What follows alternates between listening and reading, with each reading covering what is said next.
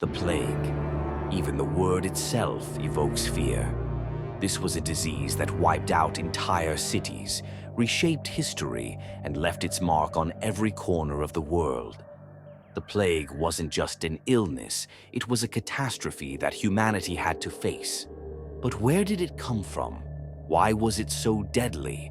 And how did its aftermath change the course of history? Let's uncover the truth about this terrifying epidemic. No fluff, just facts, but ones that not many people know.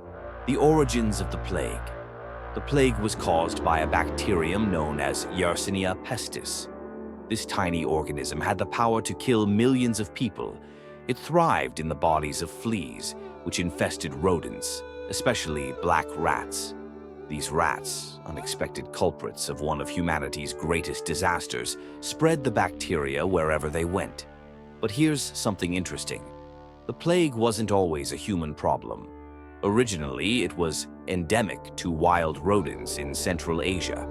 At that point, its spread was limited, and no one had any idea that a catastrophe was brewing in the deserts and steppes. How did it escape those regions? It all started with trade. The famous Silk Road, the ancient trade route linking the East and West, became the primary vehicle for the plague. Caravans carrying silk, spices, and rats transported the plague from one city to another. Remarkably, merchants often didn't even realize they were carrying death, as the plague's incubation period could last for days.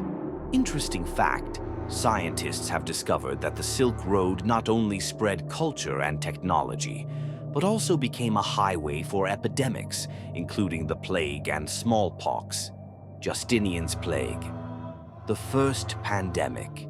The first recorded pandemic of the plague began in 541 AD and was named Justinian's Plague after the Byzantine Emperor Justinian I. Starting in Egypt, the epidemic swept across the Mediterranean and struck a severe blow to the Eastern Roman Empire. This pandemic spread at an astonishing speed. Egypt, the empire's largest grain supplier, became the epicenter of the outbreak. Cargo ships carrying grain to Constantinople also transported the deadly fleas. Within months, the disease ravaged the city, killing thousands of people each day. The rapid spread of the plague was terrifying. It was transmitted by rats living in warehouses and homes, and the fleas that infested them jumped onto people. At the time, no one had any idea that parasites were to blame. Many believed the disease spread through the air or was divine punishment. Surprising fact.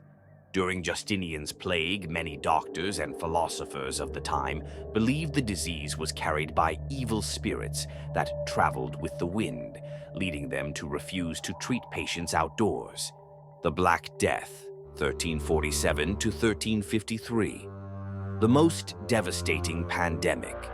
The Black Death is the most infamous plague pandemic in history. It began in 1347 and by 1351 had wiped out a third of Europe's population. But few people know that it started from a single port, Kaffa, modern-day Feodosia, in Crimea. In Kaffa, the plague was used as the first ever biological weapon. Mongol forces besieging the city began catapulting the bodies of plague victims over the walls. This triggered mass infections among the inhabitants, and those who managed to flee brought the disease to Italy. In a matter of months, the plague spread across all of Europe. The Black Death killed between 75 and 200 million people, and its effects were catastrophic. Swollen lymph nodes, called buboes, were just the beginning. The infection essentially devoured the body from within, and people often died within 2 to 3 days after the first symptoms appeared. Emotional moment. Imagine entire cities and villages turning into ghost towns. People fled, abandoning everything, their homes, possessions, even loved ones. In England, bodies were simply thrown out into the streets, and the silence that followed was deafening. This image of empty streets filled only with corpses still shocks us today. Interesting fact. Venice was the first city to implement a quarantine for arriving ships. Vessels were forced to anchor for 40 days to ensure no one aboard was infected. The term quarantine comes from the Italian word quaranta, meaning 40. Myths and reality. How people fought the plague. One reason the plague was so deadly was that people didn't know what they were dealing with. And tragically, many of the measures they took only made things worse. One popular treatment was bloodletting. Doctors believed that the disease was caused by bad blood that needed to be released. But this weakened the patients and often hastened their deaths. To protect themselves, people wore masks with long beaks filled with fragrant herbs. These plague doctors became iconic symbols of the Middle Ages, though their methods were useless. Interesting fact: one of the most horrifying practices was covering the patient's body with a mixture of mercury and lead. It was thought this would burn the disease out of the body. In reality, it only caused mercury poisoning, leading to even more deaths. Social and economic consequences. The plague reshapes society. The plague not only killed millions, but also triggered profound social and economic changes. The massive labor shortage after the epidemic forced survivors to demand better pay and working conditions. This marked the beginning of the end for the feudal system. Interestingly, the plague also altered people's religious beliefs. Survivors began questioning why the church, which had promised protection from all evils, couldn't stop the epidemic. Many turned away from the church, laying the groundwork for future religious reforms, such as the Protestant Reformation.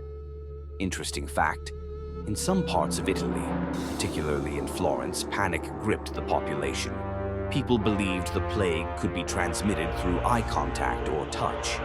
Some families locked themselves inside their homes for months, avoiding all contact with the outside world. Many eventually died of starvation rather than the disease itself. The plague in the modern world.